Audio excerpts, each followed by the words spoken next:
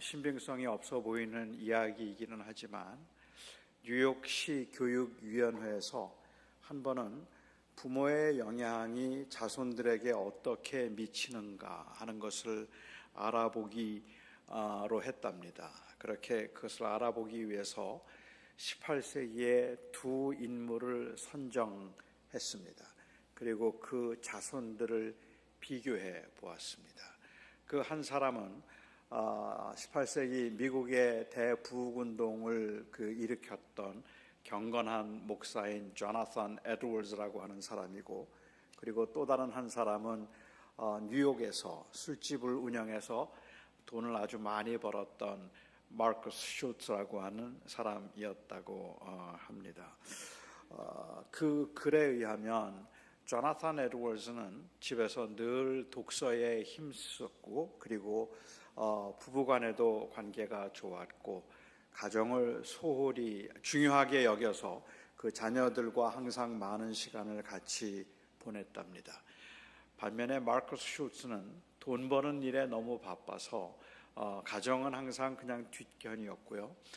집이란 그냥 잠자는 곳이라고만 생각을 했답니다. 부부 사이도 별로 좋지 않았고, 자녀 교육에도 큰 관심이 없이 돈만 많이 벌었습니다. 5대에 걸쳐서 조나산 에드워즈의 후손은 896명이었는데 그 중에 부통령이 1명, 그리고 상하원 국회의원이 4명, 대학 총장이 12명, 대학 교수가 65명, 의사가 60명, 목사가 100명, 그리고 군인이 75명, 저술가가 85명, 판검사, 변호사가 130명, 공무원이 80명이었답니다. 반면에 마커스 슐츠의 이 후손들은 5대에 걸친 후손이 1062명이었는데 그 중에 교도소에 수감되었던 사람이 96명, 정신병자나 알코올 중독자가 58명, 창녀가 65명, 영세민이 286명, 그리고 이 기본적인 교육도 받지 못했던 사람들이 460명이었다고 합니다. 이 차이가 굉장히 엄청나죠. 가정 환경이 자녀들에게 미치는 영향이 얼마나 큰가, 그리고 신앙과 불신앙의 결과적 차이가 얼마나 엄청난 것인가 하는 것을 말하기 위해서 종종 사용하는 예화입니다. 그래서 하나님을 잘 믿으면 그 가정이 이렇게 복을 받고, 하나님을 잘 믿지 않으면 잘 사는 것 같지만 자손들이 복을 받지 못한다고, 그래서 자녀 교육을 위해서 신앙이 얼마나 중요하며 또 부모가 본을 보이는 게 얼마나 중요한가 하는 것을 말하기 위해서 이 예화를 종종 사용하기는 합니다. 하지만 이런 식의 예화는 몇 가지 문제가 좀 있습니다. 우선 생각해 볼 수 있는 이런 예화의 문제는 특별한 경우를 보편화시키는, 아니면 일반화시키는 그러한 이 경향이 있는데, 이렇게 특별한 경우를 보편화시키는 것은 과학적이지도 않고 그리고 합리적이지도 않습니다. 설령 이 일이 사실이라 할지라도, 저는 사실인지도 모르겠습니다만은, 사실이라 할지라도 이것은 그냥 두 가정의 비교일 뿐이지 잘 믿는 사람과 잘 믿지 않는 사람의 가정의 비교라고 볼 수가 없습니다. 만약에 샘플링을 다르게 했더라면, 그래서 목사의 가정이지만 자손 대대로 굉장히 불행하고 힘들게 살았던 한 가정과, 그리고 하나님을 믿지 않았지만 나름대로 꽤 잘 살고, 그리고 여러 사람들에게 영향을 미칠 만큼이나 선하게 살았던 가정을 샘플링을 했더라면 결과는 전혀 다르게 나왔을 거라고 볼 수 있을 것 같아요. 일반적으로 우리가 보는 간증의 위험성이 바로 여기에 있지 않을까 하는 생각이 들어요. 그 간증은 참 귀한 것입니다. 그리고 그 간증은 하나님께서 그 가정에 혹은 그 개인에게 어떻게 임하셨고 일하셨는가 하는 것을 보여주는 것이기 때문에 참 귀하고 아름다운 일임에는 틀림이 없지만, 때로는 그 간증들을 자꾸 일반화시키려고 하는 거죠. 내가 이런 경험을 이렇게 했더니 이런 경험을 했으니까 당신도 그렇게 하면 그 병이 나을 수 있습니다라든지 당신도 이렇게 하면 부자가 될 수 있습니다라고 이야기를 한다면 그것은 개인이 경험한 것을 자꾸 공식으로 만들어서 일반화시키는 것이기 때문에 위험하다는 생각이 든다는 말입니다. 그냥 한 개인의 간증으로 들으면 좋겠는데 일반화시키고 난 다음에는 제법 많은 사람들이 간증을 들으면서 마음이 설레이고 하나님께 감사하기보다는 오히려 위축이 되는 경우들이 더 많아요. 왜 나는 안 될까 하는 그러한 생각들을 많이 하기 때문에 그렇죠. 한 분이, 제가 동부에서 만난 분이 이 양반이 아이들 셋을 전부 다 하버드를 보냈어요. 그래서 아이들 셋을 하버드로 보내고 나서 여기저기 다니면서 간증을 하시더라고요. 근데 한 번은 제가 있는 모임에 오셔서 이야기를 하시는데 아이들 하버드를 셋을 보냈는데 그 비결이 뭐냐고 누가 물으니까 다른 비결은 없고 그냥 하나님의 은혜지요. 다만, 요게 무섭죠. 그렇죠? 다만 그냥 매일 우리 아이들과 큐티를 했습니다. 그게 그냥 제가 한 일입니다라고 말씀하시더라고요. 저는 그 말을 들으면서 문득 든 생각이, 저 매일 큐티를 했던 부모들 중에 저 말을 들으면서 상심할 부모들이 얼마나 많을까 하는 생각을 했습니다. 모든 큐티를 하는 부모들이 다 그렇게 되지는 그 자녀들이 그렇게 되지는 않거든요. 나중에 제가 그 권사님을 만나 뵙고 그냥 조심스럽게 말씀을 드렸어요. 하나님께서 특별히 하실 일이 따로 있으셔서 세 자녀들을 하버드에 보내신 건 그냥 하나님의 섭리입니다라고 말하는 게 이렇게 했더니 됐디다라고 말하는 것보다 더 합리적인 말인 것 같습니다. 그냥 특별하게 하나님이 임하신 특별한 하나님의 방법일 테니까 그것을 너무 일반화시키는 것은 꽤 많은 사람들을 힘들게 만들 수 있겠습니다라는 말씀을 드린 적이 있었습니다. 더구나 그 5대손 할아버지의 그 이 경건함이 5대 자손에게까지 그렇게 미치는 것을 도대체 무엇으로 증명할 수 있을런지 그것도 잘 모르겠습니다. 이와 같은 예화가 갖는 또 다른 하나의 두 번째 문제는, 그것은 그리스도인들도 소위 말하는 화이트 칼라는 성공이라고 생각하고 블루 칼라는 실패라고 생각하는 세계관의 문제입니다. 그래서 화이트 칼라들은 다 성공한 사람들이고 하나님의 복을 받은 사람들이라고 생각을 하는 거죠. 한국의 요즘의 정치적 혹은 그 사회적 현실 때문에 그런지는 모르겠지만 요즘 한국 드라마들은 그동안 꽤 오랫동안 그랬습니다마는 드라마의 주제는 대체로 법조인들, 의료계, 그리고 공권력의 횡포와 타락입니다.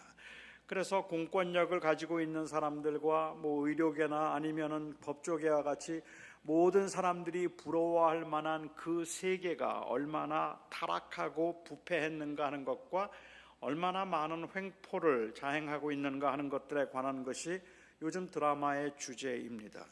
선하게 살든지 악하게 살든지 상관없이, 다른 사람들에게 존경을 받든지 존경을 받지 않든지 상관없이 그냥 공부 많이 해서 좋은 대학 나오고 생활이 안정적이고 수입이 많으면 그것이 곧 성공이라는 발상은 전혀 기독교적이라고 말할 수 없습니다. 물론 저는 소위 말하는 성공한 사람들은 다 부패했거나 다 잘못됐다는 이야기를 하는 것도 아니고, 우리 그리스도인들은 그런 직업을 추구해서는 안 된다는 말씀을 드리는 건 물론 아닙니다.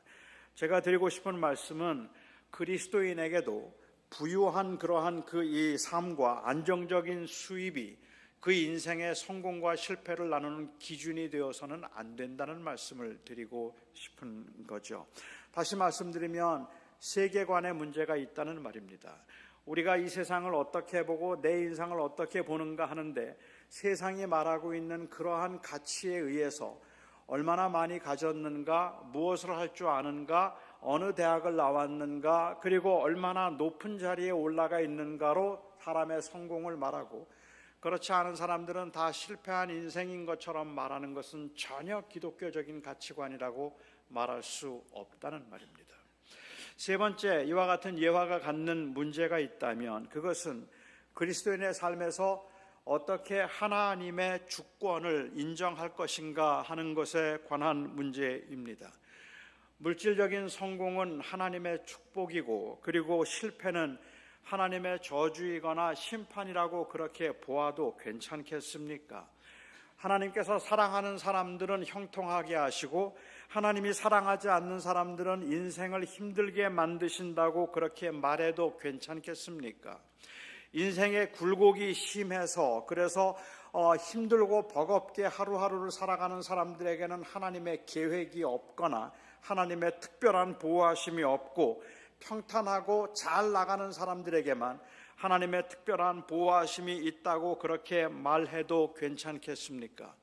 교회가 빠른 시간 안에 성장하고, 그래서 몇 년 안에 몇천 명이 되었다는 교회 이야기를 듣다 보면 다들 하는 이야기가 그래요. 하나님의 은혜래요.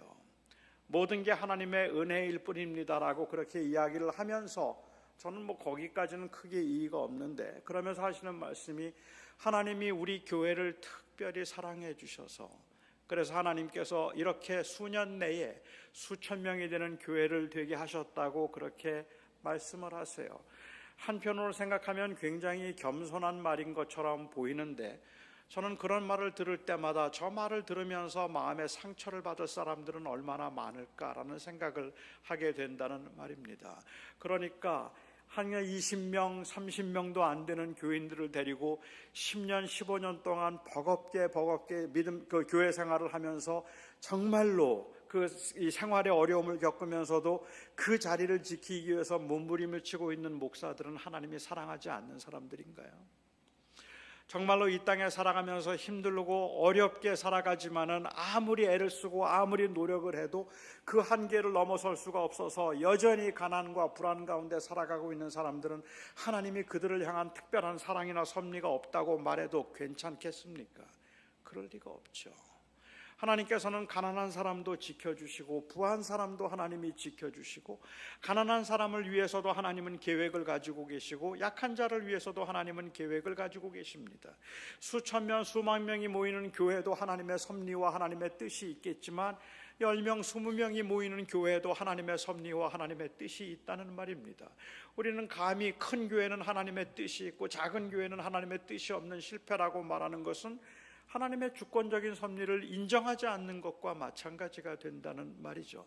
그래서 저는 이런 예화들이 문제 있다고 생각하는데, 사실은 이러한 그 생각을 하게끔 만드는데 크게 일조한 이야기가 있다면 요셉의 이야기가 아닐까 하는 생각을 합니다. 아니, 어쩌면 우리가 그러한 그 왜곡된 가치관을 가지고 요셉의 이야기를 읽었기 때문에 성경에서 가장 많이 오해가 되는 성경 이 스토리 중에 하나가 바로 이 요셉의 이야기가 아닐까 하는 생각을 하게 되기도 합니다.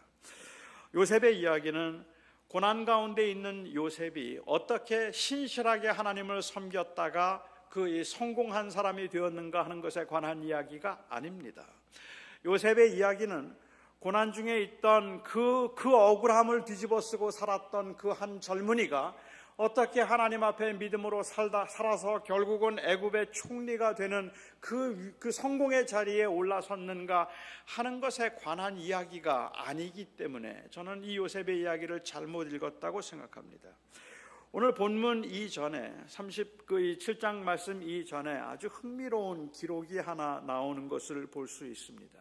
그것은 바로 야곱의 족보와 에서의 족보를 비교하고 있는 겁니다. 우리가 잘 아는 것처럼 야곱은 하나님의 택함을 받은 사람이고, 그리고 에서는 하나님의 택함을 받지 못했던 사람입니다. 하지만 하나님의 택함을 받았던 이 야곱의 생애를 보면 그야말로 파란만장한 인생입니다.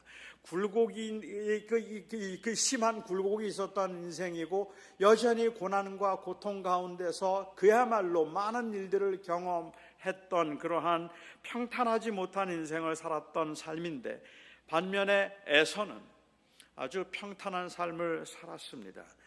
오늘 본문이 나오기 전에 35장에 보면 이 야곱이 특별히 사랑하던 아내였던 라헬, 즉 요셉의 어머니의 죽음에 관한 이야기가 나옵니다.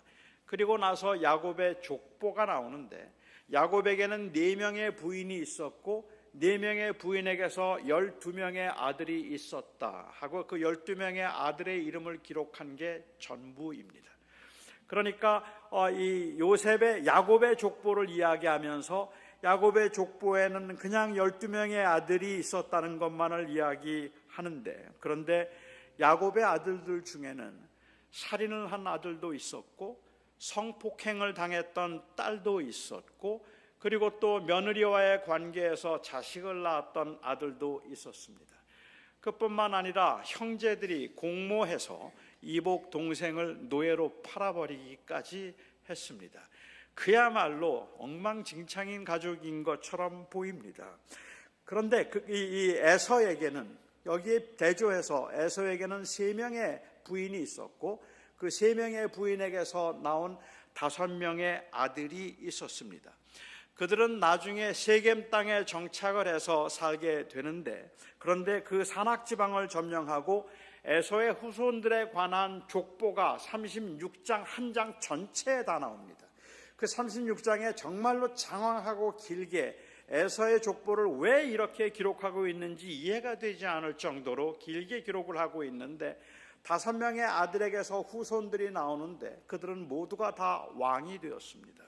그리고 그 지역의 족장들이 되어서 아주 엄청난 세력가의 가문을 형성하게 됩니다. 야곱보다는 에서가 더 성공한 사람입니다.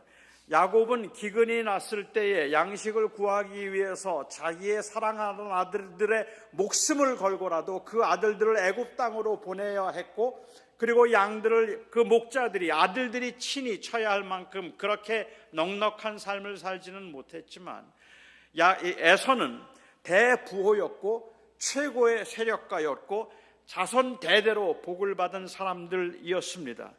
적어도 성경에 나와 있는 기록상을 보면 이 에서의 부인들 사이에서는 다툼이나 시기도 없었고 5명의 아들들 사이에도 서로 싸운 일도 없었습니다. 모두가 다 화목한 가정들이었고 화목하게 잘 지냈던 것 같아요. 인간적으로 생각해 볼 때는 에서는 굉장히 너그러운 사람입니다. 그리고 에서는 또한 가족을 굉장히 아꼈던 사람입니다. 자기의 동생에게 속아서 장자권을 빼앗기고 그리고 또한 축복권까지 다 빼앗겨 버렸지만, 그래도 그가 그 동생을 어찌할 수 없었던 이유는 아버지 때문이었어요.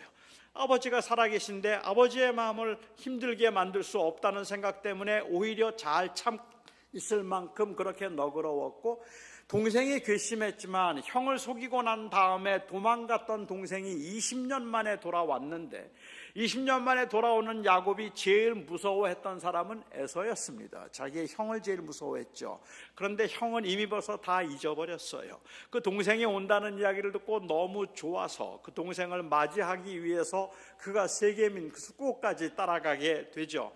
하지만 야곱은 형을 또 속입니다. 내가 금방 가겠다고 말하고는 그 집 근처까지 왔는데도 20년 만에 돌아왔는데 아버지에게 인사 한마디 하지 않아요. 그리고 그냥 이 세겜 땅에 정착을 하죠. 그렇게 세겜 땅에 정착을 했다가 자기의 아들들이 그곳에 있는 사람들을 살인합니다.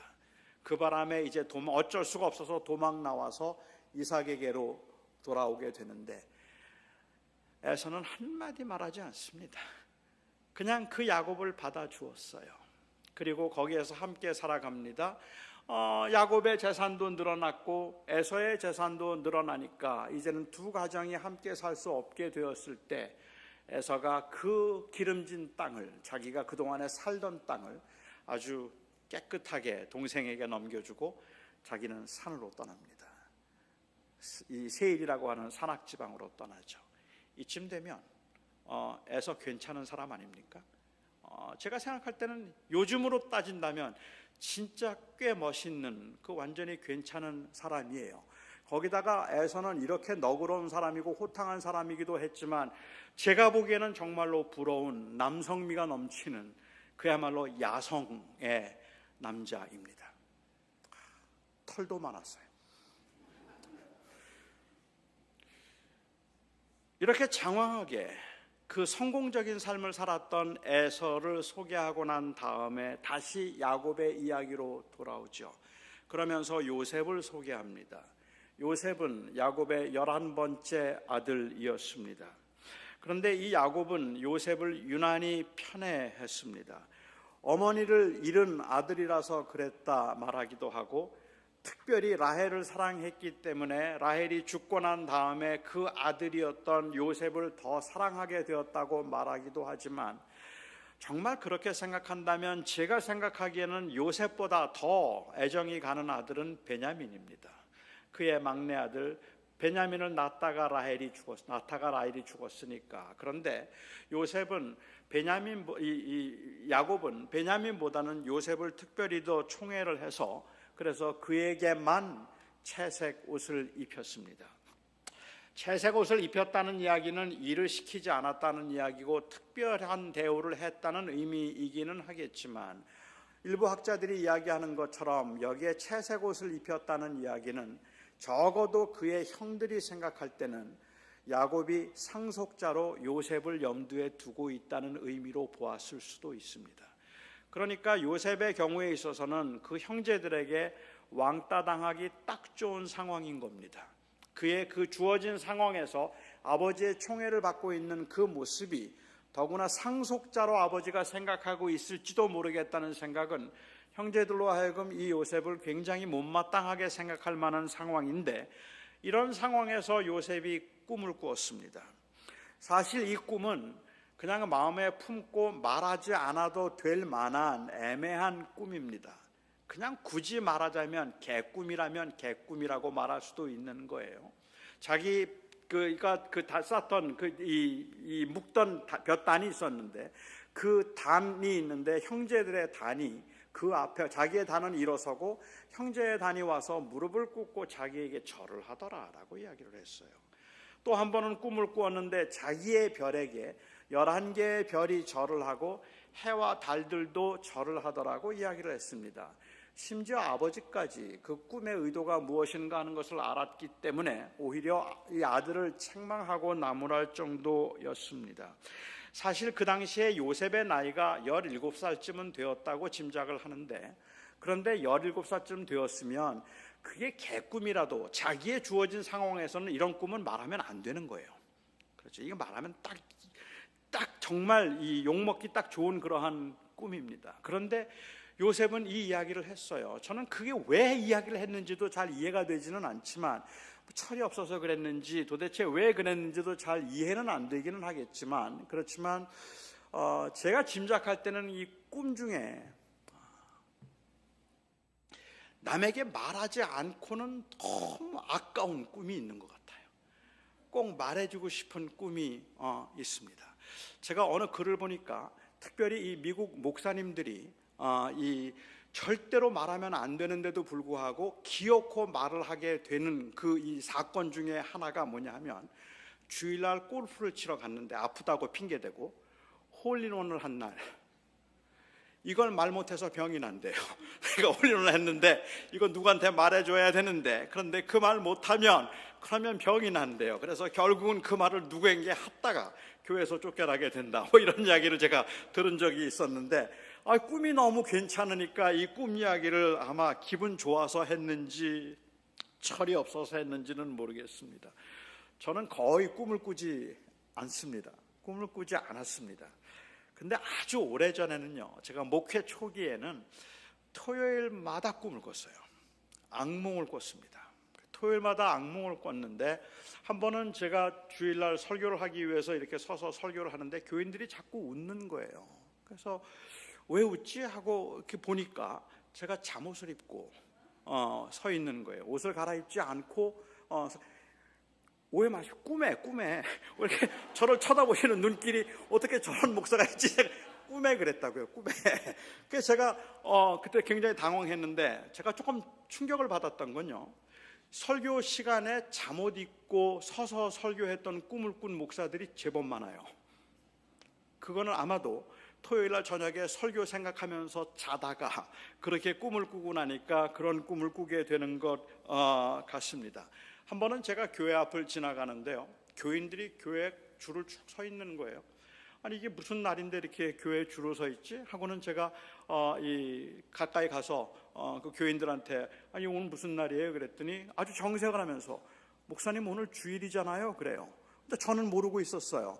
저는 주일날인데도 설교 준비를 전혀 안 하고 있는데 주일인 거예요. 너무 놀라서 급하게 강단에 서서 준비가 안 됐기 때문에 막 땀을 뻘뻘 흘리면서 버벅거리다가 잠에서 깬 적도 있습니다. 제가 이런 꿈 이야기를 하면 아마도 여기 계신 여러분들은 어렵지 않게 꿈 해몽하실걸요? 아, 설교 때문에 스트레스 많이 받았구나 하고 그렇게 쉽지 않게 해몽을 해 주실 거라고 생각합니다. 좋은 꿈을 꾼 적도 있습니다.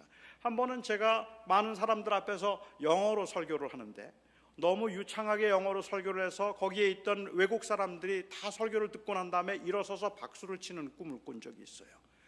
이쯤 되면 여러분들이 아마 해몽 어렵지 않죠. 영어 때문에 스트레스 좀 받으셨군요 하고 그렇게 아마 어렵지 않게 꿈을 해몽해 주실 수 있을 거라고 생각합니다. 또 한 번은 제가 꿈을 꿨는데 저희 교회 교인들이 얼마나 많이 몰려오는지, 제가 목회 초기였는데요, 얼마나 교인들이 많이 몰려오는지요, 줄을 서 있어서 예배당에 다 들어올 수 없어서 결국은 중간에 그냥 문을 닫아야 했습니다.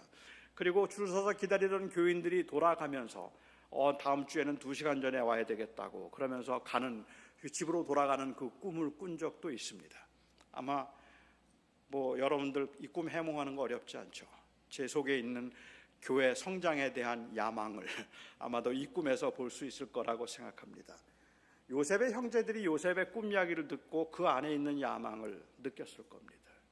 우리들이 다 너에게 절을 한다고, 우리가 다 너에게 절을 하고 너를 섬기게 될 것이라고. 요셉의 꿈은 내용도 모르고 그냥 기분이 좋아서 한 말이겠지만 요셉의 형들은 요셉의 마음에 있는 것이 꿈으로 나타났다고 생각을 했을 겁니다. 하지만 이 요셉의 꿈은 사실은 그것이 내면 요셉의 의식적인 혹은 무의식적인 내면의 표현이 아니라 요셉조차도 이게 무슨 의미인지 몰랐던 하나님의 계시였습니다. 그러니까는 이 꿈은 요셉이 꾼 꿈이 아니라 하나님께서 요셉에게 주신 하나님의 꿈이었다는 말입니다. 그러니까 요셉은 아무것도 몰랐어요. 그래서 쉽게 말할 수 있었는지도 모릅니다. 동생들에게, 형들에게 자기에겐 그런 마음이 전혀 없었으니까. 그러니까 쉽게 이야기를 했을지도 모르죠. 그런데 요셉이 꾼 이 꿈이 굉장히 애매합니다. 즉 하나님의 계시로서는 너무 애매하다는 말입니다. 구약 성경을 보면 특별히 창세기에서는 하나님께서 환상을 통해서든 천사를 통해서든 아니면 직접 말씀하셔서든 하나님의 구원 계획을 아브라함과 이삭과 야곱에게 말씀해 주셨습니다. 하나님이 나타나셔서 하나님이 계시하실 때 그때는 언제나 하나님께서 천사를 통해서든 꿈을 통해서든 직접 말씀하셨습니다. 그래서 아브라함에게 말씀하실 때는 내 자손이 하늘의 별과 같이 바다의 모래와 같이 그리고 모래와 같이 많을 것이라는 것을 말씀해 주셨고 너로 하여금 모든 열국의 복이 되게 하겠다고 주님께서 말씀해 주셨거든요. 나타나셔서 이삭에게도 주님께서 나타나셔서 내 자손이 그렇게 번창할 것이라고 말씀해 주셨고 야곱에게도 꿈 중에 하나님께서 나타나셔서 내가 이 땅으로 다시 돌아오게 될 때 그때 내가 내게 복을 주리라고 주님께서 말씀해 주셨습니다. 그러니까 주님께서 계시를 하셨을 때는 이 계시가 무슨 뜻인가 하는 것을 분명하게 말씀해 주셨는데 요셉에게는 한마디도 하지 않으셨어요. 요셉의 꿈에 관해서는 무슨 일을 하겠다든지 하나님의 계획이 무엇이라든지 아무 이야기도 하지 않으셨습니다. 다시 말씀드리면 꿈이나 환상을 통해서라도 하나님께서는 아브라함과 이삭과 야곱과 언약을 맺으셨는데 요셉과는 언약을 맺지 않으셨다는 말입니다. 요셉과 언약을 맺지 않으셨던 이유는 요셉은 언약의 계보가 아닙니다. 요셉은 언약의 계보가 아닙니다. 그러니까 하나님이 아브라함을 통해서 이삭에게 그리고 이삭을 통해서 에서에게 그리고 에서 다음에 그 이 언약의 계보가 누굴까요? 12명의 아들들 중에 유다입니다. 유다에게 그리고 유다에게서 다윗에게서 그리스도가 나오십니다. 그러니까는 결국은 하나님께서 이 언약을 맺으실 때 언약의 계보를 이어가는 사람으로서 요셉을 말하는 것이 아니라 지난 금요일날 제가 말씀드렸던 것처럼 하나님께서 아브라함에게 하셨던 그 약속, 내가 이제 이 땅을 너희에게 줄 텐데 그 이 땅을 너희에게 주기 전에 400년 동안 이방에서 객이 되어서 종살이를 하고 가진 고난을 다 겪게 될 것이지만 내가 인내하고 기다린다면, 그렇다면 반드시 그 과정을 통해서 너로 하여금 큰 민족을 이루어서 이 땅에 오게 하리라 하고 주님께서 아브라함에게 하셨던 그 약속, 그리고 그 약속을 이제 이루기 위한 첫 시작으로 하나님께서 요셉을 세우시는 겁니다. 요셉을 내가 세워서 요셉을 통하여서 아브라함에게 하셨던 그 약속을 이루시는 거죠. 그 민족, 이 아브라함의 가족들을 애굽으로 인도하여 내어서, 그래서 그 애굽에서 큰 민족을 이루게 하기 위한 것이니까, 그 하나님의 언약이 이루어지도록 하기 위해서 큰 민족을 이루는 일종의 프랜티시스의 시작이 요셉이고, 그리고 끝이 모세입니다. 하나님은 요셉을 통해서 애굽으로 그 백성을 인도하셨고, 모세를 통해서 애굽에서 그 백성을 인도해 내셨으니까요. 하지만 그렇게 하나님이 하시겠다고 하는 하나님의 계획을 말씀하시기 위해서, 알려주기 위해서 요셉에게 지금 이 꿈을 보여주신 것이라는 말입니다. 따라서 이 꿈은 요셉도 몰랐던 하나님의 꿈입니다. 사실 이 하나님의 꿈, 이 꿈은 단순히 요셉을 다른 형제들과 대조해서 내가 지금은 왕따를 당하고 있지만 내 형제들보다 뛰어나서 형제들이 너에게 와서 절하게 될 거야 라고 하는 한 개인의 성공을 이야기하고 있는 것이 아니라, 사실은 언약의 자손이었던 야곱과 언약의 자손이 아니었던 에서를 대조하고 있는 거라는 말입니다.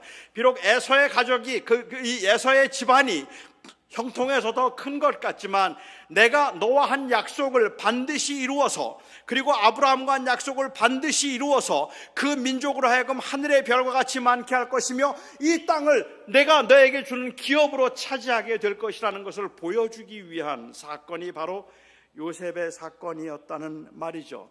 그러니까는 이 사건은 그냥 단순히 하나님께서 고난 가운데 있던 요셉이 신실하게 하나님을 섬겼더니 하나님께서 복을 주셔서 애굽의 총리가 되게 하심으로 야곱의 원한을 풀어주시고, 야곱이 가졌던, 언약의 백성이었던 야곱이 가지고 있던 그 패배감을 하나님께서 승리로 만들어 주셨다는 말씀이라고 보는 것은 어렵죠. 물론 그렇죠. 하나님이 함께 하시는데 하나님께서 택한 백성은 그냥 내버려 두실 리가 없죠. 하나님이 야곱을 택하셨는데 야곱이 에서보다 못하게 하셔야 되겠습니까? 그러니까는 하나님께서는 야곱은 비록 힘이 없었지만 야곱의 아들인 요셉을 애굽의 총리가 되게 하시고, 애굽의 총리가 되는 것은 세일산의 권력가가 되는 것보다 훨씬 더 강력한 힘일 테니까 하나님은 기어코 하나님을 믿는 사람들을 형통하게 하시고, 하나님 믿는 사람들을 결국은 잘 되게 하실 것이다. 그런데 정말 그렇게 생각하면 저는 하나님이 섭섭해요. 그리고 너무 아쉬워요. 정말 그 말씀을 하고 싶으셨다면 전 하나님의 백성들이 조금 더 화끈하게 잘 살았으면 좋겠어요. 정말 믿었더니 다 잘 됐다라는 그 간증이, 그게 일반적인 간증이면 좋겠어요. 그런데 사실은 그렇지가 않다는 말입니다. 이 땅에서 믿는 사람들은 결국은 다 형통하게 하시고 자손 대대로 복을 받게 해주신다면 저는 그것도 나쁜 거 아니니까 저는 그렇다면 좋겠어요. 그런데 그건 사실이 아니에요. 하나님을 잘 섬긴 사람 중에는 사드락과 메삭과 아벳느고처럼 용광로 불 속에서 타지 않고 해하지도 않고 살아 걸어 나온 사람도 있지만, 사드락의 존 브래드포드처럼 그 화형장에서 그냥 화형장에서 재가 되어버린 사람도 있습니다. 다니엘처럼 사자굴 속에 들어가서도 해를 당하지 않고 나온 사람도 있지만, 토굴 속에서 유리하다가 그러다가 그냥 기아로 죽은 사람들도 믿는 사람들 중에는 많다는 말입니다. 하나님께서 복을 주시고 함께 하셔서 교회가 성장하고 부흥하는 교회들도 있지만, 정말로 눈물로 기도하면서 열심히 살아가고 열심히 사역하고 있는데도 불구하고 진짜 안 되는 분들도 있더라는 말입니다. 요셉이 애굽의 총리가 된 것은 이렇게 기가 막힌 성공을 말하기 위한 것이 아닙니다. 여러분 아십니까? 요셉이 애굽의 총리가 됨으로 인하여서 그 아브라함의 자손들은 그 애굽 땅에서 이제 고난을 시작하는 겁니다. 그 이후로 400년 동안 말할 수 없는 착취를 당해야 되고 말할 수 없는 고난을 당해야 됩니다. 요셉이 총리가 되어서 호의호식하게 되었다고 그 이후에 뒤를 이어서 오는 자손들은 400년 동안 죽을 고생을 하고 살아가고 있는데 하나님께서 나를 특별히 사랑해 주셨다고, 그래서 내가 이렇게 복을 누리게 되었다고 말하는 것은 제가 보기에는 불의해 보이기조차 한다는 말입니다. 내가 누리고 있는 그 축복에 얼마나 많은 사람들이 피눈물을 흘리고 있을까를 생각해 본다면 우리는 단순히 우리가 누리고 있는 것을 복이라고 누릴 수만은 없다는 말씀을 드리고 싶은 겁니다.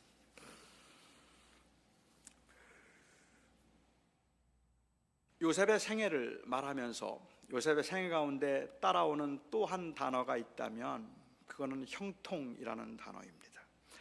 제가 생각할 땐 요셉의 꿈만큼이나 오해가 되는 것이 요셉의 형통이라고 저는 생각을 하는데 39장에 보면 특별히 하나님께서 요셉과 함께 하심으로 요셉이 형통하였더라는 이야기가 많이 나옵니다. 그런데요, 저는 이 요셉의 생애를 보면 솔직히 너무 답답했습니다. 39장 2절 말씀과 3절 말씀 한번 제가 읽어볼게요.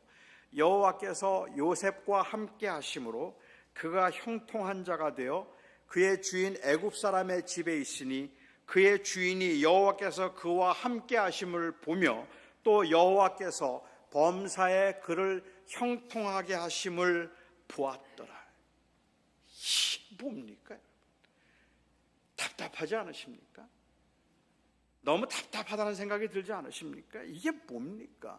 우리는 그래도 나중에 요셉이 애굽의 총리가 되었다는 것을 알고 이 글을 읽으니까, 그러니까 조금 긍정적으로 볼 수 있는지는 모르겠지만 지금 요셉이 처한 그 현장에서 생각해 볼 때는 이 이야기는, 그 형통이라는 말은 답답하기 이를 데 없는 말이라는 말입니다. 여전히 노예예요. 여전히 외국에 억울한 일을 당하고 팔려와서 그야말로 자기 마음대로 아무것도 할 수 없고 주인이 시키는 대로만 해야 되는 노예예요. 그런데 그 노예로 살고 있는데 형통하다는 게 무슨 말입니까? 어떤 게 형통하다는 건데요? 뭐가 형통해서 노예로 살고 있는 요셉을 보고 그의 삶이 하나님께서 함께 하시니 항상 형통하였더라고 말하고 있는가 말입니다. 그가 여전히 그가 그 노예의 몸인데, 아니 형통해서 자유해졌다면 이해하겠어요. 형통해져서 돈을 많이 벌었다면 이해하겠어요. 하지만 그가 형통해서 누릴 수 있는 게 뭔데요? 다른 노예들보다 조금 더 나은 주거 환경에서 살 수 있게 된 것, 남들은 힘들게 노동을 하고 있는데 자기는 노동을 많이 하지 않아도 될 만큼 넉넉하게 그래도 비교적 쉽게 살았기 때문에 그걸 형통이라고 말한다면 여러분, 그게 형통이라고 느껴지십니까? 이게 말도 안 되잖아요. 어떻게 그걸 형통이라고 부를 수 있느냐는 말입니다. 남들은 다 근사하게 멋있게 잘 살고 있는데 나는 버겁고 힘들게 살아가면서 그나마 먹을 것도 있고 그나마 내가 입을 옷이 있고 그나마 내가 머리를 둘 집이 있으니 얼마나 감사한지 모르겠다고 하나님이 나를 형통하게 마셨다고 말한다면 정말로 그 누림을 비교해 볼 때는 그게 형통일까 하는 생각이 든다는 말이죠. 요셉이 뭐가 형통했는데요? 아직 노예인데 아무것도 할 수 있는 게 없는데, 그런데 요셉이 형통했다는 말이 무슨 말이죠? 남들은 육체노동하는데 육체노동하지 않았기 때문에요? 남들은 그래도 힘들게 먹고 사는 것도 걱정해야 되는데 요셉은 그래도 먹는 것 걱정하지 않을 만큼 그렇게 인정을 받고 대접을 받았기 때문에요? 아니요. 아니면 요셉은 나중에 훌륭한 사람이 될 것이기 때문에요? 아마 21세기의 가장 대표적인 무신론자를 말하라면 필 주커맨을 말할 수 있을 겁니다. 필 주커맨이라고 하는 사람이 종교 없는 삶이라는 책을 썼는데 그는 사회학자입니다. 그래서 사회학적인 관점에서 종교가 얼마나 해로운가 하는 것을 이야기하는데 그 책에서 이 필 주커맨이 굉장히 아주 도발적인 도전을 합니다. 그 책에서 그는 말하기를 기독교인들은 예수를 믿고 그리고 하나님께서 그들을 부자가 되게 하고 하나님이 그들을 형통하게 하실 것이라고 말하는데 우리 무신론자들은 하나님을 믿지 않고 기독교인들보다 더 부자가 될 거다. 그래서 우리가 더 부자가 되고 우리가 더 잘 살아서 기독교가 믿는 하나님이 존재하지 않는다는 것을 우리는 증명해 보이겠다라고 얘기했습니다. 당신들은 하나님 믿고 부자 되려고 하는데 나는 하나님 안 믿고 부자 되어서 하나님 안 계시다는 것을, 없다는 것을 나는 증명해 보이겠다 하는 것이 필 주커맨이 했던 도전입니다. 그런데 누가 이겼을까요? 아마 우리가 생각할 때는 무슨 이야기냐? 우리 하나님이 얼마나 센 하나님이신데 우리 하나님이 반드시 승리하셔서 우리 믿는 사람들을 더 부자가 되게 하시고 더 형통하게 하시고 더 오래 살게 하셔서 믿는 사람들이 안 믿는 사람들보다 더 오래 살게 될 것이다. 그것을 증명할 수 있으면 아마 우리가 이겼다고 말할 수 있겠죠. 믿는 사람이 안 믿는 사람보다 더 오래 사나요? 제가 본 통계 중에는요, 믿는 사람이 안 믿는 사람보다 오래 산다는 통계는 없는데 목사 아닌 사람보다 6년 더 산다는 통계는 봤어요. 그러니까 여러분이 오래 살고 싶으시면 믿는 것만 가지고는 좀 부족하고 목사 되시면 그러면 6년 더 살 수 있는지는 모르겠습니다. 아닙니다.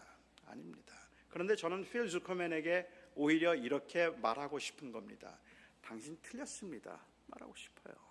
당신 틀렸습니다. 왜냐하면 저희가 말하는 것은 우리 하나님은 더 세기 때문에 우리가 더 당신들보다 더 잘 살 수 있습니다. 그 말을 우리는 하는 게 아니라 우리는 다른 가치관을 가지고 살아가는 사람들입니다. 우리는 세상에서 잘 살든지 못 살든지, 우리가 세상에서 건강하든지 오래 살든지 그렇지 못하든지 우리의 삶이 전능하시고 거룩하시고 선하신 하나님의 손안에 있다고 우리는 믿기 때문에 우리에게 주어진 모든 환경에서 우리는 감사하며 기뻐하며 살 수 있는 것이지 우리가 하나님의 이름으로 최고가 되겠다고 사는 것 아닙니다.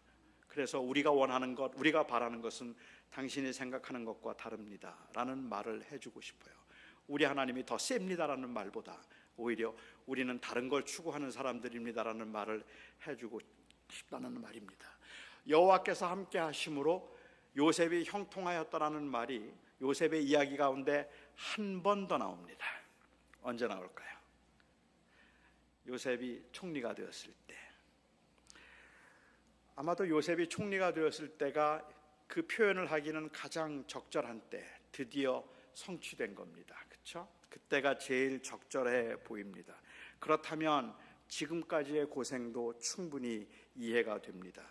그런데 성경에서는 요셉이 애굽의 총리가 되었을 때 형통이라는 단어를 한 번도 사용하지 않습니다. 요셉이 애굽의 총리가 되고 요셉이 이 바로가 요셉을 높이 세워서 모든 권세를 그의 손에 주었을 때 성경은 이 일을 요셉이 복을 받았다든지 성공했다든지 아니면 형통했다든지 하는 말을 한마디도 사용하지 않습니다. 그러면 요셉의 생애 가운데 요셉이 형통했다는 말을 언제 쓸까요? 언제 한 번 더 나올까요? 보디발의 집에 갇혀서 노예 생활을 할 때 한 번 썼다면, 두 번째 요셉을 하나님께서 요셉과 함께 하심으로 요셉이 형통하였다는 말을 언제 한 번 더 나올까요? 요셉이 주인의 부인의 이 억울한 누명을, 부인 때문에 억울한 누명을 쓰고 옥에 갇혔을 때, 그때 한 번 더 나옵니다. 그가 감옥에 갇혔을 때. 39장 2절 말씀, 23절입니다. 간수장은 그에게 그의 손에 맡긴 것은 무엇이든지 살펴보지 아니하였으니 이는 여호와께서 요셉과 함께 하심이라. 여호와께서 그를 범사에 형통하게 하셨더라. 아니, 지금 억울한 일을 당해서 감옥에 갇혀 있는데 거기에서 형통하다는 게 뭐예요? 뭐가 형통하죠? 억울해 미치겠는데 그 억울한 사정에서 하나님께서 오히려 요셉을 하나님께서 형통하게 하셨다라고 이야기를 하고 있습니다. 간수장에게 인정받아서 조금 편안하게 그 감옥살이를 한다는 것이 그걸 형통이라고 불러도 되겠습니까? 요셉이 생각할 때는 말할 수 없이 억울한 일을 지금 당한 거잖아요. 우리는 종종 요셉이 이 보디발의 아내에게 유혹을 받았다는 것을 성적인 유혹이라고 오해를 하는 경우들이 있는 것 같아요. 그런데 요셉은 성적인 유혹을 느낀 적은 없습니다. 다시 말씀드리면 보디발의 아내는 요셉을 성적으로 유혹했지만 그래서 요셉이 보디발의 아내에게서 성적인 유혹을 느꼈다고 말할 수는 없어요. 오히려 요셉의 경우에 있어서는 그 성적인 유혹의 문제가 아니라 생사를 건 위기의 상황에 그는 처하게 되어 버렸다는 말입니다. 사실 그 요셉의 그 보디발의 집안에 있던 모든 여자들이 이 요셉을 흠모했어요. 요셉의 그 아름다운 외모 때문에, 그리고 그 요셉의 그 건장한 체격 때문에 어떤 이유에서든 모든 그 여인들이 이 요셉을 굉장히 흠모하고 그리고 좋아했습니다. 여러분들은 이 느낌이 어떤 건지 잘 모르시겠지만 저는 좀 알거든요. 모든 사람들이 그 모든 자매들이 다 저를 좋아할 때 그때 그 기분이 지금도 저는 남아 있으니까 제가 그 기분을 좀 알 것 같아요. 사람들이 다 요셉 칭찬을 하는 거예요. 그리고 보디발의 아내에게까지 그 말이 들어갔습니다. 그래서 보디발의 아내가 요셉을 유혹하게 되죠. 근데 성경에서 창세기 39장 6절에 있는 말씀을 보면, 사실은 창세기 39장 6절을 제가 성경에서 제일 좋아했던 구절입니다. 제가 너무 좋아했던 구절인데 개역 개정으로 바뀌면서부터 안 좋아하게 된 구절이에요. 개역 개정을 보면 39장 6절에 요셉을 묘사하면서 요셉은 용모가 빼어나고 아름다웠더라 라고 되어 있습니다. 세상에 애매해요. 용모가 빼어나고 아름다웠더라. 그런데 개역 성경을 보시면, 옛날 번역을 보시면 거기에는 뭐라고 되어 있는가 하면 요셉이 용모가 준수하고 아담하였더라 되어 있습니다. 완전히 저예요. 용모가 준수하고 아담하였더라. 이게 딱 저를 묘사하는 이 글인데, 대한성서공회에서 저를 질투해서 이 번역을 바꾸지 않았을까라고 저는 이제 그렇게 생각을 하고 있습니다. 여기에 아담했다는 말은 건장했다는 뜻입니다. 아주 well built, 체격도 좋았고 그리고 용모도 준수해서 많은 사람들이 좋아했어요. 보디발의 아내는 그 이야기를 듣고 유혹을 했던 겁니다. 하지만 보디발의 아내가 유혹하는 순간 요셉은 죽었습니다. 이제는 방법이 없어요. 그 유혹을 받아들여도 죽고 거절해도 죽습니다. 그러니까 요셉에게는 생사를 건 문제예요. 이거는 정말 어찌할 수 없는 불가항력적인 상황에서 요셉이 붙들 수 있었던 것은 어떻게 하면 살 수 있을까? 내가 어떻게 하면 이 위기를 모면할까? 그 생각을 했더라면 방법 없습니다. 그가 그 상황에서 붙들 수 있었던 건 하나뿐입니다. 내가 어떻게 하면 하나님께 범죄하지 않을까? 그것 하나였어요. 그래서 그는 이렇게 해도 죽고 저렇게 해도 죽겠지만 내가 어찌 하나님 앞에 범죄하리요 하는 그 원칙을 붙들고 그는 차라리 죽기를 각오한 거죠. 보디발이 요셉을 너무 총애했기 때문에, 아니 하나님의 주권적인 섭리가 그 안에 있었기 때문에 사실은 죽여야 하는데 죽이지 않고 감옥에 두었던 것뿐입니다. 요셉의 경우에 있어서는 억울한 일을 당하고 말도 못하는 그러한 그 수치스러운 일을 경험하고 그리고 더 이상은 희망도 없어 보이는 그 감옥에 갇혀 있는데 주님께서 말씀하시기를 여호와께서 함께 하시니 그가 형통하였더라 라고 이야기합니다. 뭐가 형통인데요? 뭐가 형통인데요? 저는 여호와께서 함께 하시니 형통하였더라고 그렇게 이야기를 했다면 이 말이 강조하고 있는 것은 고난 가운데 있었지만 그 고난도 역시 하나님의 손안에 있었더라는 뜻입니다. 하나님은 하나님의 일을 하고 계셨기 때문에, 그를 통해서 하나님의 일들이 이루어지고 있었기 때문에 그의 삶이 형통했던 것입니다. 그러니까 우리가 보는 형통은 어떻게 이 세상에서 내가 많은 걸 누리며 잘 살 수 있는가 하는 것이라면, 성경이 말하고 있는 형통은 하나님 앞에 쓰임 받을 때가 형통인 겁니다. 어떻게 하나님 앞에 쓰임을 받고 있는가? 하나님 앞에 고난 가운데 있기는 하지만 그 시간도 하나님의 계획 가운데 있었던 시간이고 하나님이 일을 하기 위해서, 다시 말하면 애굽의 총리로 요셉을 세우기 위해서 하나님께서 준비하셨던 시간이라서 그것이 형통했다는 말입니다. 잘 되어서 결과적으로 잘 됐기 때문에 형통했던 것이 아니라 매 순간이 하나님의 손안에 있었기 때문에 그렇다는 말입니다.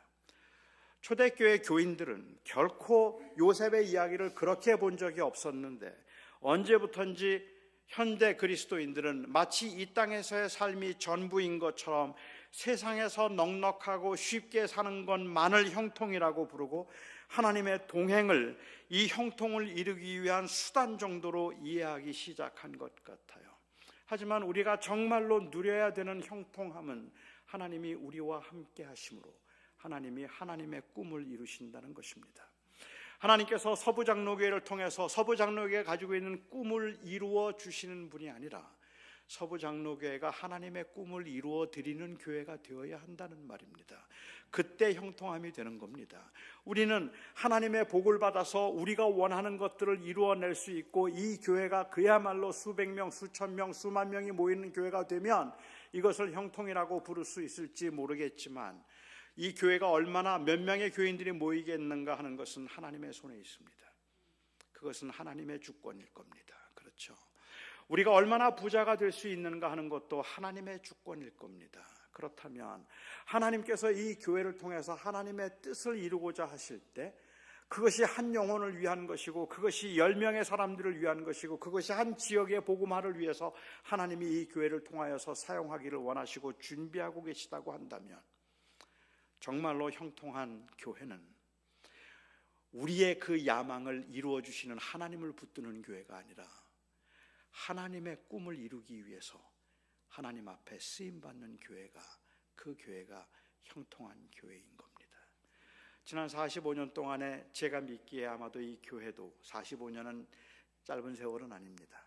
그 45년 동안에 우여곡절도 많았고 힘든 일도 많았고 눈물도 많았을 것이고, 한때는 부흥을 보면서 설레었던 때도 있었을 것이고, 한때는 교회에서 아픔과 어려움을 겪으면서 정말로 눈물로 기도하던 때도 있었을 거라고 생각합니다. 45년 동안의 그 긴 세월 동안 많은 일들을 겪었음에도 불구하고 여러분들이 지금 이 자리에서 지난 45년을 감사하는 것은, 이것은 단순히 지금 이렇게 이 자리에 와 있지만 앞으로 수년 내에 큰 부흥이 일어날 것이라는 기대 때문만은 아닙니다. 그것은 하나님의 손에 있을 겁니다. 그럼에도 우리가 지금 이 시간에 진심으로 감사할 수 있는 것은, 하나님, 어떤 모양으로든 하나님 이 교회를 주님의 뜻을 위해 사용해 주시옵소서 하는 그 고백이 있기 때문에 그렇습니다. 우리가 주님의 뜻을 이루매 이 교회를 주님께서 사용해 주시옵소서, 그러한 그 소원이 있고 그 마음이 있기 때문에, 다시 말하면 우리가 원하는 진정한 형통은 우리가 누림이 아니라 오히려 우리의 쓰임받음, 그것이 바로 형통임을 안다는 말입니다. 그런데 우리는 왜 이 성공과 형통을 이렇게 읽을까요? 우리는 어쩌면 요셉의 형제들처럼 생각하기 때문인지도 모릅니다. 요셉의 형제들은 요셉이 꿈을 꾸었을 때 그 꿈을 하나님의 계획과 하나님의 섭리라고 보지 않고 개인적인 야망과 개인적인 출세로 보았습니다. 그래서 질투했습니다. 그리고 그를 죽이려고까지 했던 것이죠. 이것은 경쟁의 대상이라고 생각하고 질투를 했기 때문에 그런 겁니다.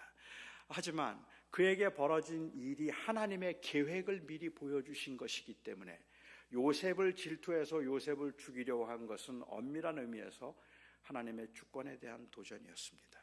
하나님이 하시려고 하는 그 섭리를 망가뜨리거나 아니면 역행하는 그러한 행위들이었음을 그들은 몰랐다는 말입니다. 제가 생각할 때는 하나님의 섭리 가운데 어떤 교회는 잘 크더라고요. 어떤 교회는 잘 안 되더라고요. 요즘에는 저는 교회를 여러 군데를 다니면서 특별히 한국에서 우리 개척하는 분들 교회들도 만나보게 되고, 그리고 아주 큰 교회에서 집회도 하게 되고 여러분들을 만나보게 됩니다. 나름대로 가지고 있는 그 특징들이 있어요. 그런데 저는 제가 큰 교회를 갈 때마다 항상 하고 싶었던 말, 그리고 해주는 말이 있다면 절대 교만하지 마세요 하는 말입니다.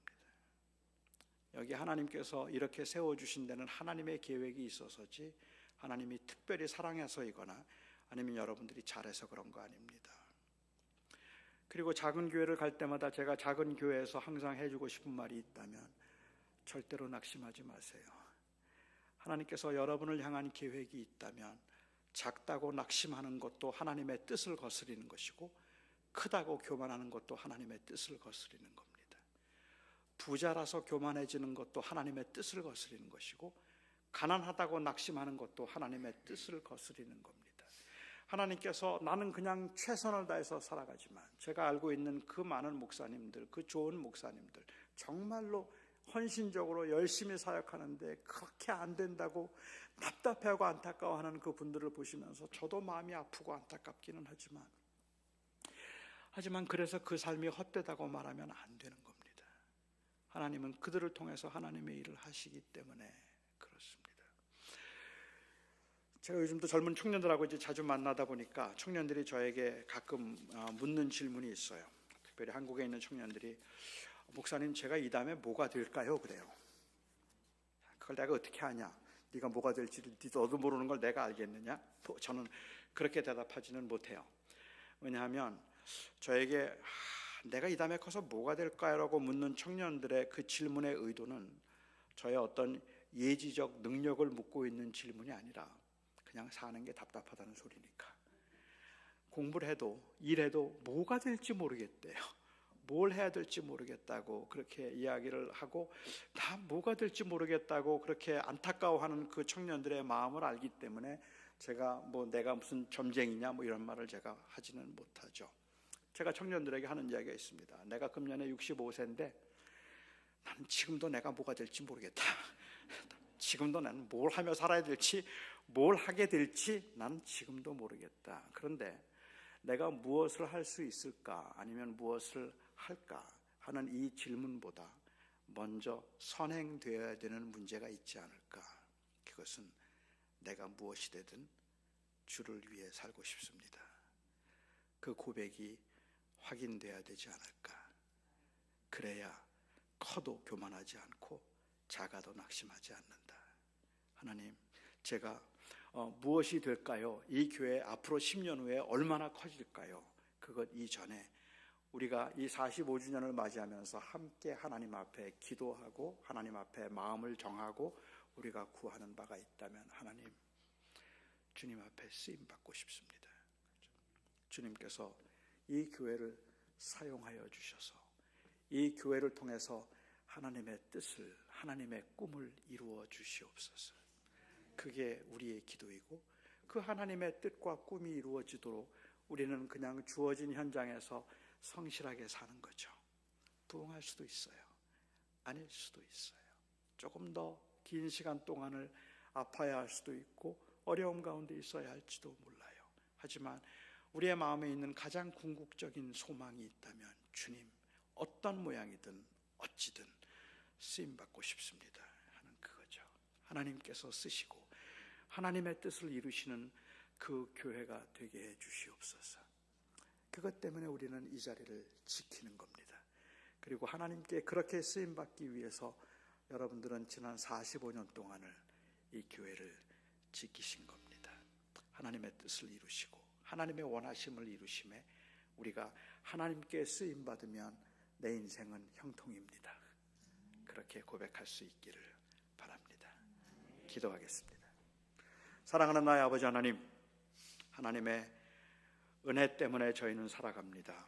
세상 사람들은 얼마나 많이 가졌는지, 얼마나 많이 모이는지, 얼마나 많은 걸 할 수 있는지, 그것으로 사람의 가치를 결정하려고 하겠지만, 아버지 하나님, 하나님이 저희들을 보시는 눈이 다르다면 세상의 그 눈이 아니라 하나님의 눈에 맞추는 저희 교회가 되기를 소망합니다. 서부장로교회를 주께서 은혜 가운데 붙들어 주셔서 아버지 하나님, 지난 45년 동안도 이 교회를 통해서 우리가 모르는, 우리는 미처 생각조차 하지 못했던 하나님의 일들을 하나님이 이루셨을 텐데, 앞으로 또 그 남은 기간 동안도 하나님께서 하나님의 뜻을 이루기 위하여 사용하시는 교회가 되어서 형통한 교회 되게 하여 주시옵소서. 예수님의 이름으로 기도하옵나이다. 아멘.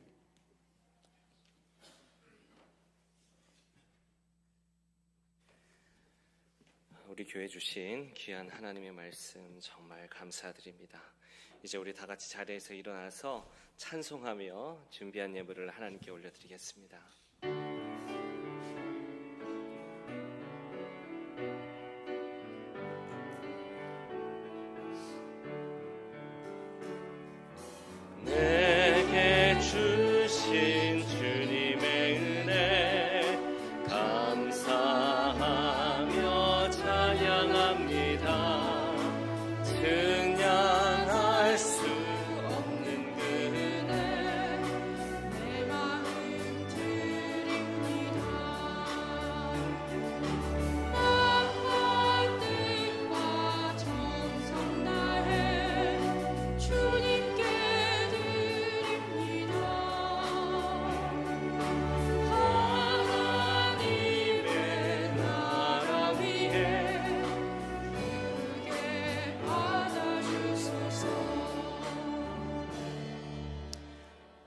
향하신 변함없으신 사랑으로 우리를 안아주시고 돌봐주시고 인도하여 주신 우리 하나님의 크신 은혜와 사랑을 감사하며 창립 45주년이 되는 이날 주께 감사하며 주님을 찬양하며 이렇게 예배하며 예물을 올려드립니다.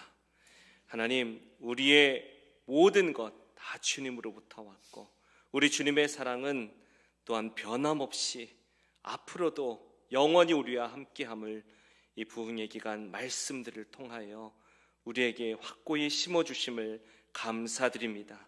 하나님의 사랑 의심하지 않고 우리 주님의 뜻을 이루어드리는 우리의 꿈이 아니라 하나님의 꿈을 이루어드리는 우리 자신, 그리고 우리 교회로 참으로 이 땅의 고난을 이기고 어려움에 낙심하지 않고 부유해 보임에 교만하지 않고 정직하게 주님 기뻐하시는 그 길을 감사 찬양하며 담대히 걸어 나아갈 수 있는 우리 교회, 우리 성도의 모든 삶이 되도록 복을 내려 주시옵소서.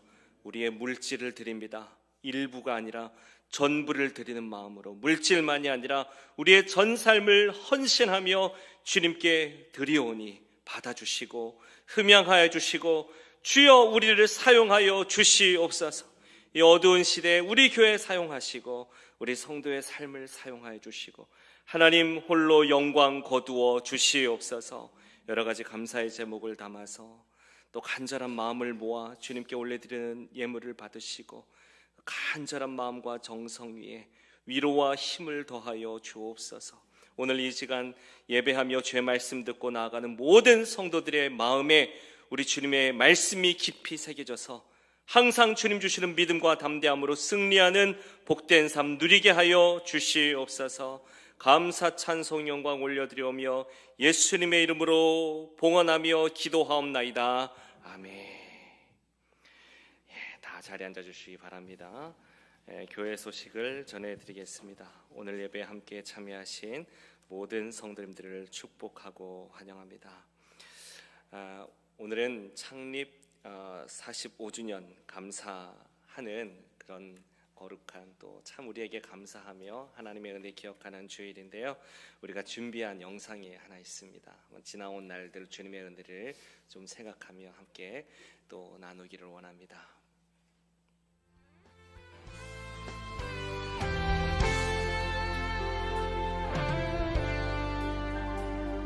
작은 나의 맘에 크신 주의 나라 영광을 우리 신이 내 모든 힘 다해 날 이끄시는 주님만을 따르리. 나의 소망이 아닌 주의 선하신 뜻대로 나의 모든 걸음이 주의 말씀 따라가니 우리 가운데 임하시는 주의 나라 거룩한 주의 백성을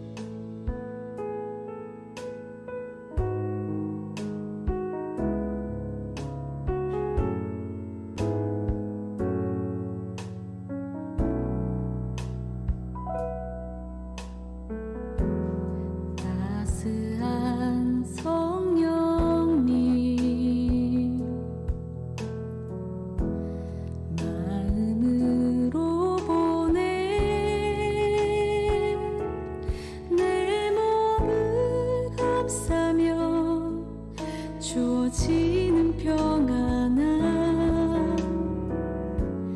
만족함을 느끼네.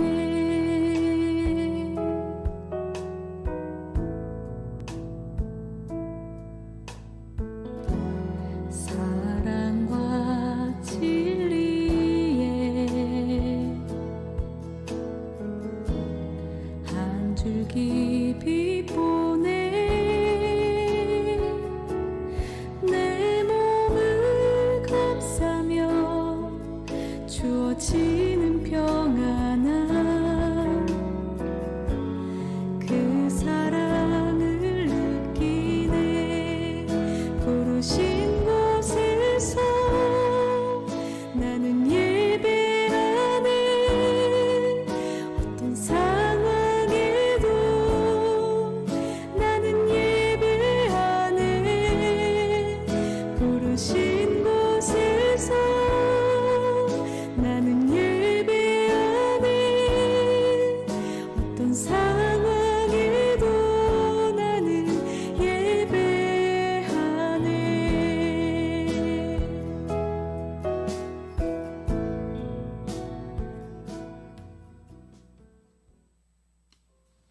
할렐루야. 우리 이비주 소부장로교회 성도 여러분, 주 안에서 잘 지내셨죠? 차성영 목사 예수님의 이름으로 인사를 드립니다.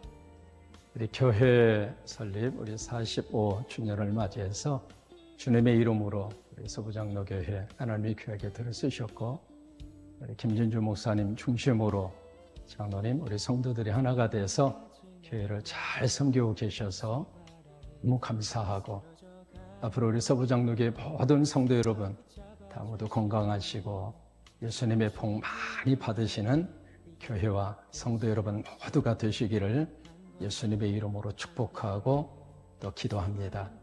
늘 예수님 안에서 건강하셔요. 네, 할렐루야. 안녕하세요. 서부가족 여러분, 반갑습니다. 저는 2003년에서 2018년까지 15년간 미주 서부장로교회를 함께 섬겼던 김선익 목사입니다. 올해로 교회가 창립 45주년을 맞으셨다는 이야기를 들으니 참 기쁘고 감사합니다. 담임 목사님과 당회와 온 교회가 하나 돼서 이뤄낸 귀한 수고의 열매라고 생각하고 축하를 드립니다. 첫째는 하나님의 은혜요. 토렌스 지역을 중심으로 하나님의 귀한 선교적 교회로서 시작한 교회가 이젠 중년을 넘어 성년으로 귀한 복음의 공동체로서 남가주와 미주와 열방의 귀한 복음의 공동체가 되기를 간절히 축복합니다. 지금까지도 서부장로교회를 통해서 하나님이 하셨던 일이 참 감사하고 귀하지만 앞으로도 주실 나중 영광이 더 클 줄 믿고 축복합니다. 늘 말씀과 기도로 하나가 돼서 하나님의 거룩하심을 덧입어 그리스도의 장성한 분량까지 성장해 가시는 저와 여러분 되시기를 간절히 축복합니다. 고맙습니다. 서부장로교회 권사님들 제가 다 알죠. 성도님들에게 오래오래 건강하시고 축복하시고 하나님의 은혜가 충만하기를 비옵니다.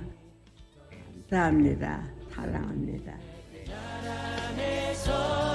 이제 영원히 주 품 안에서 우리 찬양하겠네. 우리 가는 이 길 세상이 미련하다 해도 우리는 주가 보여주신 그 한 소망이 있으니. 예, 우리 하나님께 감사의 박수 한번 올려드릴까요? 하나님 감사합니다. 예, 45년의 시간이 우리가 자랑이 아니라 우리 주님의 은혜와 사랑을 우리가 더욱 깊이 느낄 수 있었던 또 우리 그 사랑을 고백하는 이 시간이 됨을 다시 한번 생각해 보게 됩니다. 우리 또 기꺼이 또 우리 성도님들께 축하의 인사를 전해주신 우리 차성영 목사님 또 김선익 목사님께 정말 감사를 드립니다. 그리고 우리 김수경 권사님 여러분 놀라셨죠? 예, 건강하게 한번 신방을 최근에 한번 이제 우리 장로님과 다녀왔는데 찬송을 너무 잘하시는 거예요. 예, 그런데 저는 교회 다니실 때 뵌 적은 없지만 굉장히 찬송을 외워서 하시고 힘이 넘치시고 말씀도 많이 암송하시고 그렇게 신앙생활 하셨던 우리 권사님으로 들어왔는데 정말 하나님을 경외하시는 믿음의 선배의 모습의 아름다움이 이런 거구나 하는 것을 신방하는 내내 정말 느꼈습니다. 내가 정말 닮아가야지 이런 소원을 가졌는데 이렇게 좋은 믿음의 선배님들 또 우리 목사님들을 거쳐가게 하신 우리 하나님 정말 감사하고 또 우리가 은혜의 자리에 있음을 또 더욱 감사합니다. 예, 아멘. 계속해서 우리 노진주 목사님께서 전해주신 하나님의 말씀 정말 우리 교회에 주시는 귀한 말씀임을 많이 느낍니다. 이 말씀을 우리가 꼭 기억하면서 겸손하게 그렇지만 안주하지 않고 끊임없이 우리 자신을 기도하며 믿음으로 쇄신하면서 앞으로 주님의 이 부르심의 자리에 감사하며 우리가 허망한 것 꿈꾸지 않고 오직 우리를 향하신 주님의 뜻 우리가 정말 부끄럽지 않게 이루어 나가는 주님 주신 사랑 부끄러워하지 않고 부끄럽지 않도록 주님께서 우리를 향하여 꿈꾸시는 그 아름다운 꿈을 이루어 드리는 교회 되겠습니다 하는 그런 믿음으로 우리 나아가기를 간절히 바랍니다. 아멘. 오늘 이 좋은 날에 또 반가운 얼굴들이 좀 제가 이렇게 보여요. 우리 이하영 목사님, 우리 또 사모님 같이 오셨고요. 또 우리 김제임스 목사님도 오셨습니다. 예, 손 한번 흔들어 주시겠어요? 예, 한번 박수 해주시고, 예, 김제임스 목사님, 또 윤선혜 사모님도 저기 계시고요. 너무 감사합니다. 그리고 또 우리 박현지 집사님도 오랜만에 오셨고, 우리 또 김순례 권사님 또 이렇게 참 또 와주셨습니다. 우리 박현지 집사님 멀리서도 또 김순례 권사님 항상 부족한 종을 위해서 기도한다 말씀해 주실 때 얼마나 이렇게 힘이 교회를 위해서 성도를 위해서 기도한다 할 때 얼마나 힘이 되는지 모르겠고 또 온라인으로 정말 열심히 또 어려운 가운데서도 예배를 참여하시는 거 보면 많은 은혜를 받습니다. 여러분 우리 박현지 집사님, 김순례 권사님 한번 박수 한번 해주시겠어요? 예. 건강하게 또 오래오래 우리 곁에 또 건강히 허락하시는 대로 우리가 또 계속 배울 수 있기를 원하고요. 그리고 여러 가지 사정으로 이 현장에 못 오시지만 온라인으로 지금 스크린으로 참여하시는 여러 성도님들이 계십니다. 또 정말 감사드리고 우리 한 마음으로 우리 주님께 계속 나아가기를 간절히 바라고 그런 마음에 주님 귀한 축복 주시는 줄 믿습니다. 지금도 요양병원에 계시고 양로병원에 계시고 또 연로하신 우리 성도님들이 계십니다. 여러분 우리 믿음의 유업을 이렇게 이어주는 우리 사랑하는 선배 또 장로님 또 권사님들을 위해서 기도 계속해 주시기를 바랍니다. 특별히 참 주님의 은혜에 감사한 것은 우리가 이 2부 예배 마친 다음에 친교실에서 간단한 축하 행사를 갖습니다. 좀 시간이 딜레이 됐지만 여러분 주님 은혜 생각하면서 다 친교실로 다 모여주시고요. 또 함께 귀한 나눔을 가지기를 바랍니다. 참 주님 은혜 감사한 것은 2주간의 우리 교회학교 수련회 주님의 은혜 가운데 잘 맞춰졌는데 우리가 영상에서도 잠깐 느낄 수 있었듯이 참 지난 이 몇 년 사이 우리 사랑하는 자녀들이 참 어려운 가운데에서 지금도 여전히 참 어려운 가운데서 우리 교회학교 교육이 이루어지는 게 현실이기도 합니다. 우리 교회만이 아니라 이 전 많은 교회들이 어렵습니다. 그러나 이때일수록 이 시간에 대한 하나님의 뜻이 또 있음을 또 우리가 믿고 잘 이해할 수 없지만 또 정말 계속 아름다운 하나님의 꿈을 생각하면서 또 주님의 약속을 믿으면서 낙심하지 않고 우리가 있어야 할 자리 잘 지키고 이렇게 나아가고 있는데 성도님들 많이 관심 가져주시고 기도해 주셔서 2박 3일 오랜만에 이 수련회를 마치고 돌아오는데 정말 좋았습니다. 은혜 받았습니다. 말씀을 들었습니다. 또 우리 선생님들이 전사님이 붙잡고 기도해 주는 게 너무 좋았습니다. 이렇게 아이들이 그렇게 말하더라고요. 저희 아이들만이 아니라 그때 도착한 아이들에게 물어봤을 때 그렇게 아이들의 입에서 나올 그런 고백이 나올 때 너무너무 한편으로 기쁘고 또 한편으로 감사하고 또 한편으로는 참 미안하고 그랬습니다. 여러분 계속해서 우리 자녀들 위해서 많은 기도를 부탁드립니다. 우리 하나님이 은혜 주심을 정말 감사하고 또 새벽 기도회를 통해서 특별히 저녁마다 있었던 부흥회를 통하여서 하나님의 귀한 말씀 주셔서 우리가 더욱더 힘을 얻게 됨을 느낍니다. 우리 하나님께 정말 감사를 드립니다. 특별히 부흥회에서 우리 노진준 목사님께서 오셔서 오늘까지 이렇게 말씀을 전해주셨습니다. 참 쉽지 않은 그런 일정 속에서 이미 모든 집회 일정이 내년 초까지 다 정해져 있었다고 하시더라고요. 근데 하나님이 정말 어떻게 우리 교회로 하나님께서 보내주신 것 같아요. 너무 감사드리고 이게 좋은 연이 돼서 우리 노진준 목사님 오늘 우리가 이제 헤어지지만 그러나 목사님이 계신 사역의 자리에서든 어디서든 하나님께서 우리 목사님에게 미주 서부장로교회를 항상 생각나게 하셔서 계속 생각나실 때마다 많이 기도해 주실 거라고 믿습니다. 예, 그렇게 해주실 거죠? 예. 너무 우리가 은혜 받은 게 많고 어려운 길 와주셔서 정말 감사드립니다. 그리고 목사님이 은퇴하신 후에 빨리 은퇴하시고 지금 저 같은 부족한 설교자를 위한 아주 좋은 사역을 지금 이제 공동대표로 맡아서 지금 하고 계시는데 너무 귀한 일임을 느낍니다. 또 우리도 같이 응원하고 또 기도해 드렸으면 좋겠습니다. 우리 목사님 너무 감사합니다 하는 마음으로 한번 큰 박수로 한번 인사를 했으면 좋겠습니다. 감사합니다.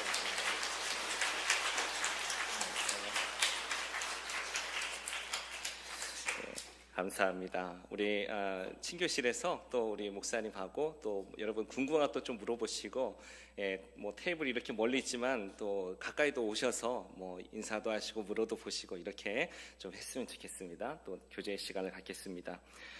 그리고 참 감사한 것은 우리 창립 45주년 이 교회의 생일을 감사하면서 우리 성도님을 사랑하고 또 주님의 교회를 사랑하는 마음으로 우리 김다희 장로님과 김혜나 권사님께서 예쁜 선물을 도네이션 해주셨어요. 근데 보니까 너무 예쁘게 또 잘 만들어 주셔서 얼마나 감사한지 모릅니다. 여러분 나가실 때 또 나눠주시는 거 꼭 받아서 가시기를 바랍니다. 우리 주님의 사랑과 은혜가 함께 나눠지기를 간절히 바랍니다. 귀한 선물 정말 감사드립니다. 그리고 우리가 한 생명 축제를 위해서 계속 기도하고 있습니다. 우리 한 생명을 사랑하면서 서로 사랑하라 하신 주님의 명령에 순종하는 것이고 또 우리를 향하신 주님의 사랑을 우리가 이 기도를 통하여 이 헌신을 통해서 더 많이 알아가고 깨닫는 은혜가 있음을 느낍니다. 여러분 계속해서 기도하시고 우리 이웃을 위해서 가정을 위해서 낙심하지 않고 기도하고 또 주보에 보면 이 일정이 나와 있어요. 안내되어지는 대로 좀 접촉도 하고 권면도 하고 하면서 우리가 기도함으로 이 시간을 잘 준비해 나갈 수 있도록 해주시면 감사하겠습니다. 저는 내일부터 다음 주 금요일까지 휴가를 다녀올 예정입니다. 영적으로 잘 재충전하고 더 성숙하고 더 충성된 모습으로 섬길 수 있도록 그렇게 잘 준비해서 올 수 있도록 여러분 기도를 부탁드리고요. 부족한 종을 위해서 기도를 부탁드립니다. 그리고 제가 휴가하는 기간 동안에는 우리 라운규 목사님께서 예배와 말씀을 또 인도해 주십니다. 빈자리에 또 열심히 또 섬겨주시게 될 텐데 여러분 많이 격려해 주시고 또 응원해 주시면 감사하겠습니다. 이번 주간에 오늘 주방 섬김은 우리 이 선교에서 담당해 주셨고요. 다음 주일은 우리 생명목장에서 담당해 주시겠습니다. 정말 그 수고에 정말 감사드립니다. 여러 가지로 참 감사한 것 하나님께 정말 올려드리면서 이 시간 함께 기도하겠습니다. 제가 잠깐 축복 기도하겠습니다. 하나님 아버지, 우리 주님의 크신 은혜와 사랑을 감사합니다. 주님, 이 45주년 우리의 자랑이 아니라 주님의 감사 찬송이 터져 나오는 이 시간을 주님 앞에 올려드립니다. 우리 예배를 받으시고 또 이 자리에 여러 모양으로 주님과 교회를 사랑하며 나온 우리 성도님들을 주님 축복하여 주시옵소서. 한 마음으로 참 주님이 피로 사신 이 교회를 사랑하며 헌신해왔던 주의 종들을 기억하여 주옵소서.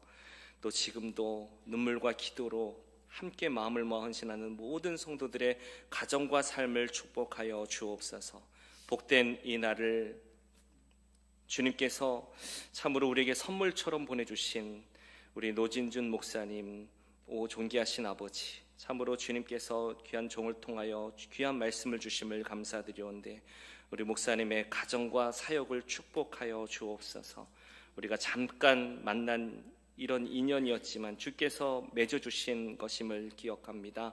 우리도 기도하고 목사님도 우리를 위해서 기도하게 해주시고 이 기도하는 교제 속에서 하나님 나라의 풍성한 열매 맺는 아름다운 소식을 서로 주고받을 수 있도록 축복하여 주시옵소서.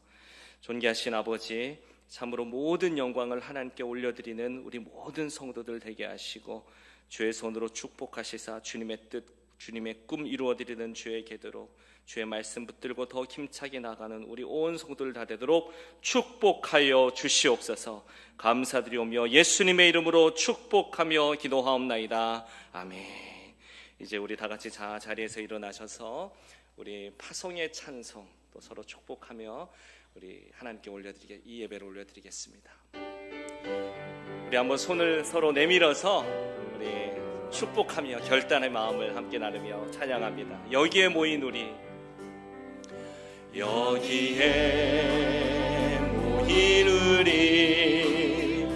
주의 은총 받은 자여라. 주께서 이 자리에 함께 계심을 아노라. 언제나 주님만을 찬양하며 따라가리니 시험을 당할 때도 함께 계심을 믿노라. 이 믿음 더욱 굳세라. 주가 지켜주신다. 어두운 밤에도 주의 밝은 빛 인도하. 이 믿음 더욱 굳세라. 주가 지켜주신다. 이 믿음 더욱 굳세라. 주가 지켜주신다. 어두운 밤에도 주의 밝은 빛 인도하여 주신다. 오 자비로우신 아버지 하나님, 영원한 하나님 나라의 소망을 두고 예수 그리스도의 은혜에 힘입어서 이 세상을 살아가는 거룩한 하나님의 사람들을 축복하소서. 그들이 이룬 이 교회를 하나님께서 축복하셔서 아버지 하나님, 이 교회의 주인이 그리스도시며 또한 주님께서 교회의 머리이시고 만물 안에 만물을 충만하게 하신 이의 충만함이 바로 이 교회인 것을 놓치지 않는 하나님께 쓰임받는 그래서 형통한 교회 되게 하여 주시옵소서. 그러한 교회를 이루기를 원하는 간절한 마음으로 하나님의 은혜를 구하고 주님의 은혜에 감사하며 또한 한 해를 새로운 마음으로 다짐하고 하나님 앞에 쓰임바 되어 형통한 교회 되고 형통한 주의 종 백성들 되겠다 다짐하는 거룩한 하나님의 사람들 머리머리 위에 이 교회와 교회에 속한 모든 권속들과 목사님을 비롯하여서 모든 리더들 머리머리 위에 교회의 머리 되신 우리 주 예수 그리스도의 은혜와 아들을 통하여 우리에게 사랑을 확증하신 아버지 하나님의 극진하신 사랑하심과 친히 우리의 구원의 보증과 인치심이 되어 주신 성령 하나님의 충만하심, 교통하심이 이제로부터 영원까지 함께 하시기를 간절히 축원하옵나이다. 아멘.